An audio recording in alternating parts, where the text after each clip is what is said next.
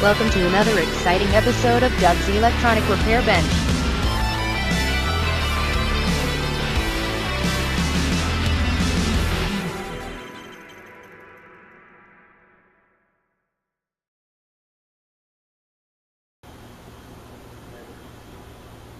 PC, I think is what it is.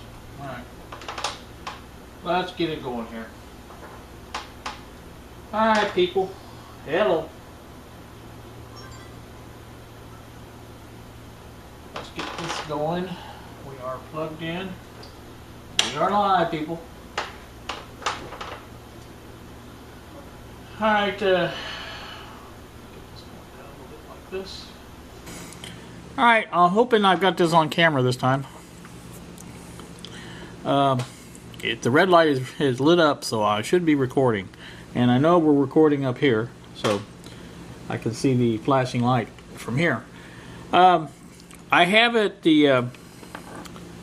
the negative of the meter probe connected to a terminal called B right there, and I've traced it out, and I know that the same place as it connects to half of the line or part of the line cord, so I know we're in the right spot.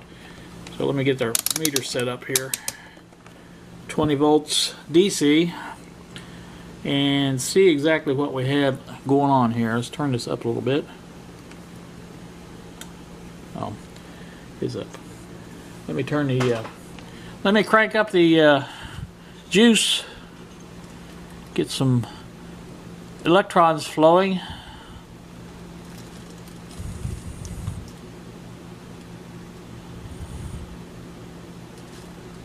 Uh, 114.15, that's close enough right now.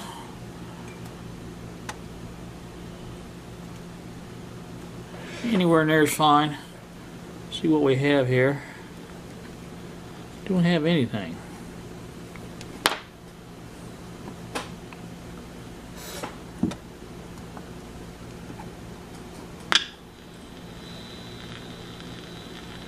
There we go. Now we've got some FM hiss, I do believe.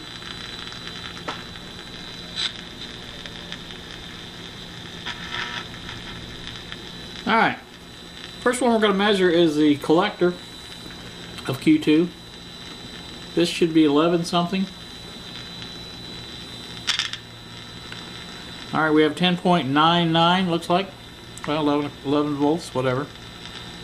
That's pretty close. Let's go for the base now. Or let's see the base, yeah, right here. 7.7. That's a little high.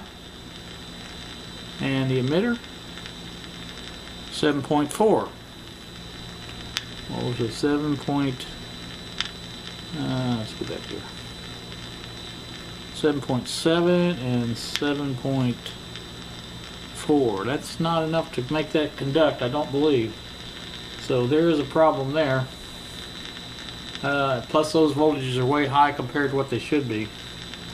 But the we do have the voltage on the collector. It's should be there. It's supposed to be 11.5, but 10.9 is pretty darn close, 11 volts. So let me double check, make sure I'm hitting the right spot here. This is a little bit hard to see because it's got Q2 right in the middle, and there's a C here, a B here, and an E here. So I'm assuming those are base emitter collector. So that's what we got. Let me do some analyzation of it. I think while I'm here, I'm going to go ahead and check the RF transistor too, just for the heck of it, because I'm here. If I can find it. Q1 is right there. So on the Q1, I have on the emitter, I have 7.3 on the base, 1.84. That's a little bit odd. On the collector, maybe not the collector. There it is, 1105. So E, B, C. And there's a pretty big discrepancy between the E and the B. More so than should be, I think. So take a look at that too while we're at it. There is a diode there, CR101. Trying to see what that is. I don't see it up here.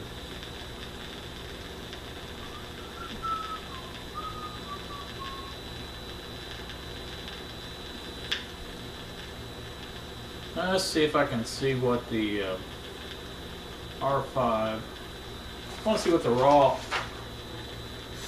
voltage is for R5. There it is. 7 point whatever. 7.3. So that should be the same as B plus. That can't be right. 0.3. 6. So anyway, I think what we got here is some more investigation that's needed. Let me sort of put this in my hat and see what I can come up with. So, be right back.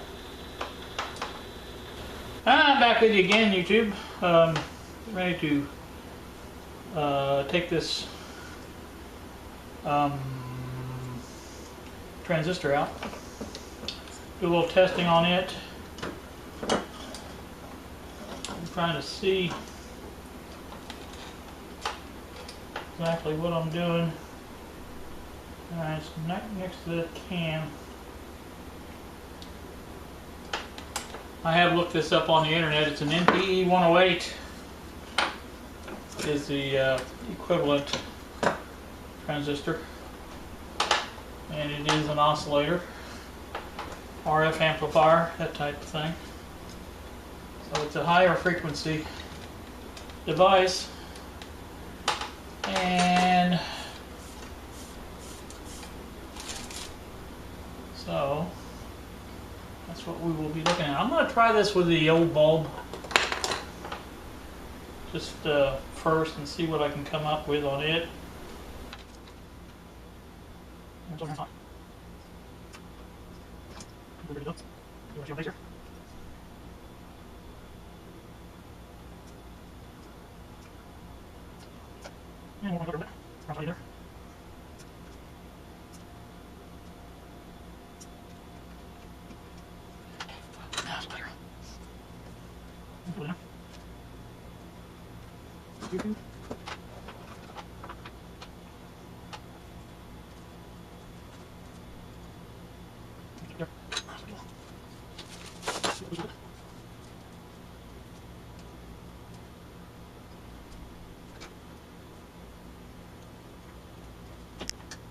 Pretty close, pretty close. You see right here is the transistor in question.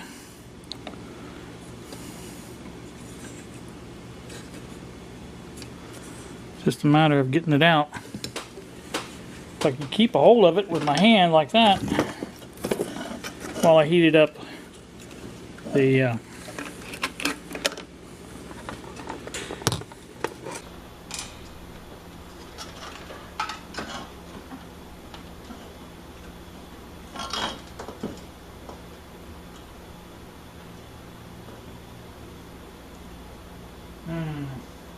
not even on the right one here. There's the one I'm looking for.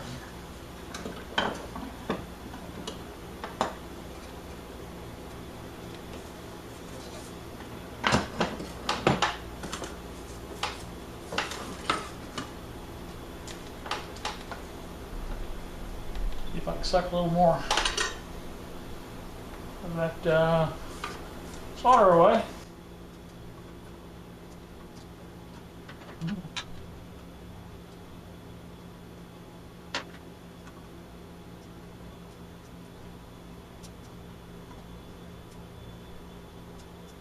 It's clear as a bell.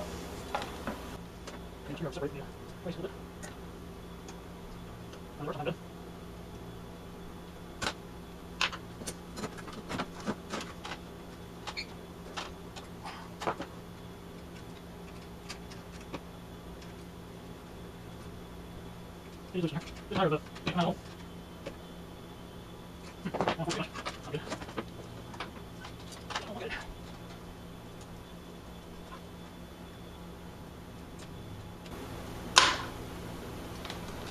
a little solder on the tip of that thing. Might be the problem.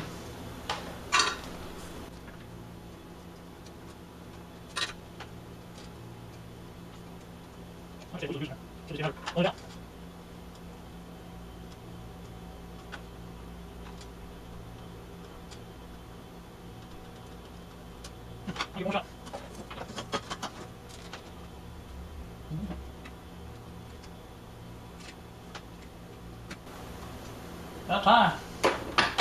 Alright.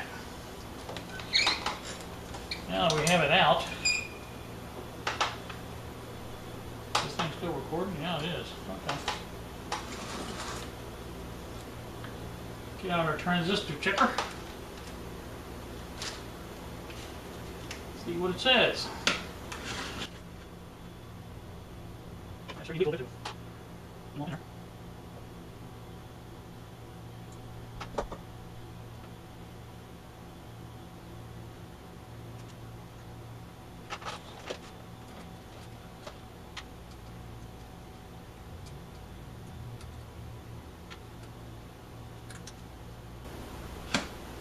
It just says unknown or damaged part. I'll try it one more time, get a little better in there.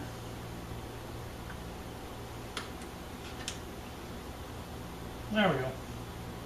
And it appears to be good. So much for that. I really thought that would be the problem. But it's not. So we've got to figure out why that voltage is so far off on the base and emitter. So what we'll do,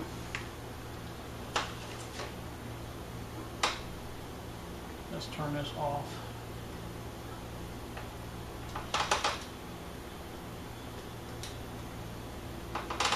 So what we'll do is measure the components around there's those resistors and any other thing that might be causing it to the voltage to be wrong. So let's do that next and see what we come up with.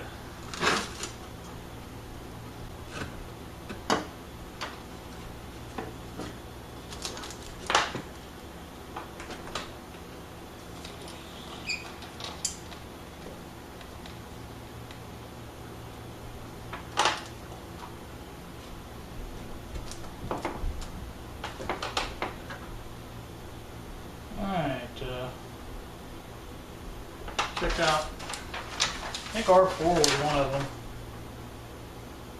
R4 and R5. Those two resistors. Check those and see what we come up with.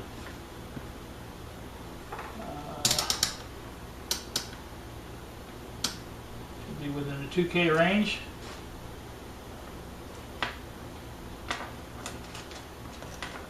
Check them both from one place. This would be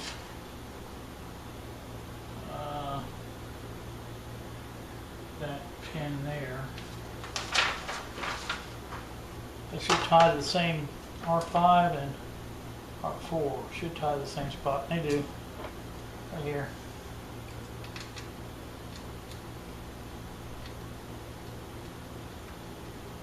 Get this clip to work. Alright.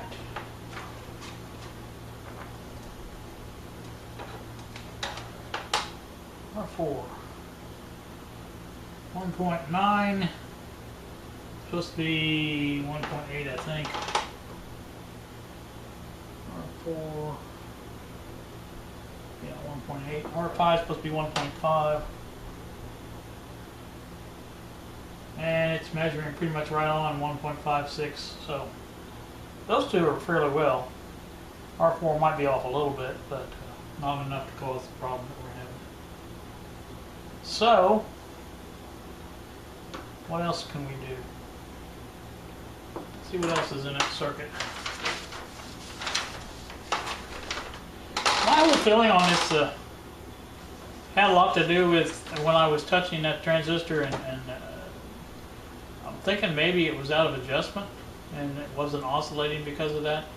These transistor oscillators are just a bit sensitive. I know I was watching radio TV phone on that the other day, and he was having a similar problem with a oscillator transistor, and he even replaced it with the exact same transistor and still couldn't get it to oscillate, and just had to play around with it a lot to get it to oscillate. So that may be our problem. It looks to me like L5 has some bearing on it. As far as the oscillation, let's see, we have the tune capacitor itself. It is 1 2 there. Yeah, C14 L5.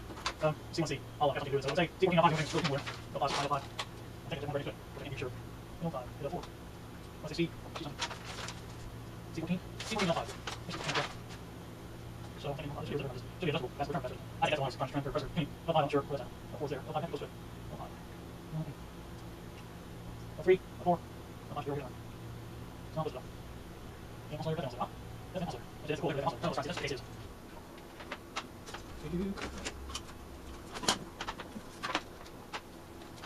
Two, 1, 4 is up. Well, it's not yet. That's close. Other than changing a little bit of the. Oh, there's L5. Sure enough, it is one of those coils that. Let me take a picture of this and I'll show you what I'm talking about.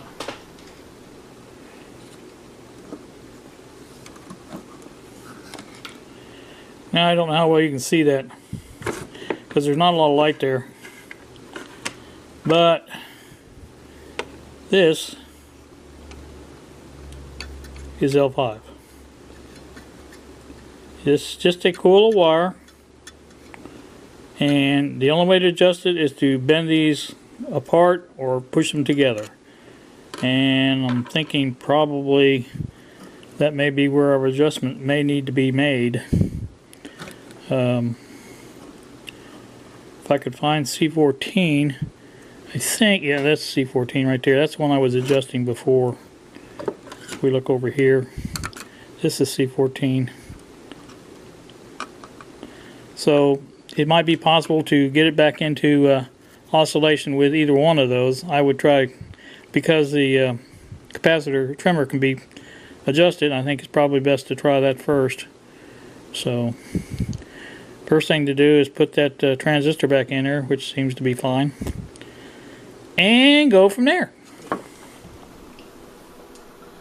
Alright,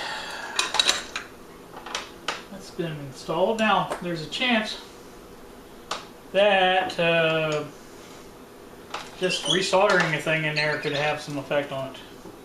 These, like I said, these are very sensitive to any change in the movement, whatever, of anything. And so I think the thing to do is to give it a little test here, see what it does. The best way to do that is turn it off. Alright,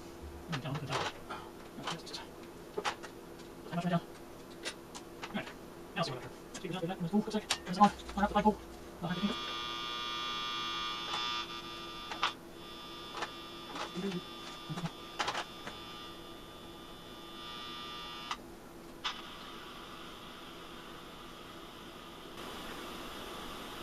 Last thing I can see here, I should say.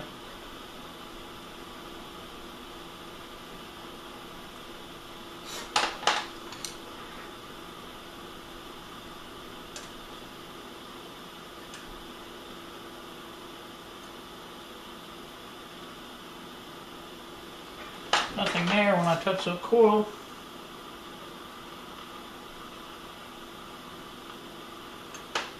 See if I can get on this trimmer. Give it a little adjustment. The only thing that does is make it noise. It doesn't really help any. So what I'm going to do is try and put a little input into it and just see if I can get it to do something. That just works a lot better at 10.8. That tells me that the IF's off a little bit there. So,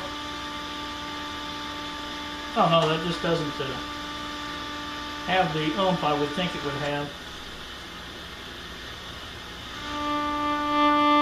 See how I'm not even touching that. I go over here and it's just like quiet compared to here. See? Just perfect. I mean, for getting into there, I don't want to take it back down. Alright, I think I've had enough fun with this for the afternoon. I'm going to cut it off here. Post this and see what you all think about it now. Some suggestions. And see what you all think. I'm thinking more RF amp now than I was before. So anyway, like I say, I'm going to go ahead and cut this off and post it and see what you all think about it. So you guys have a great day. Thanks so much for watching. See ya.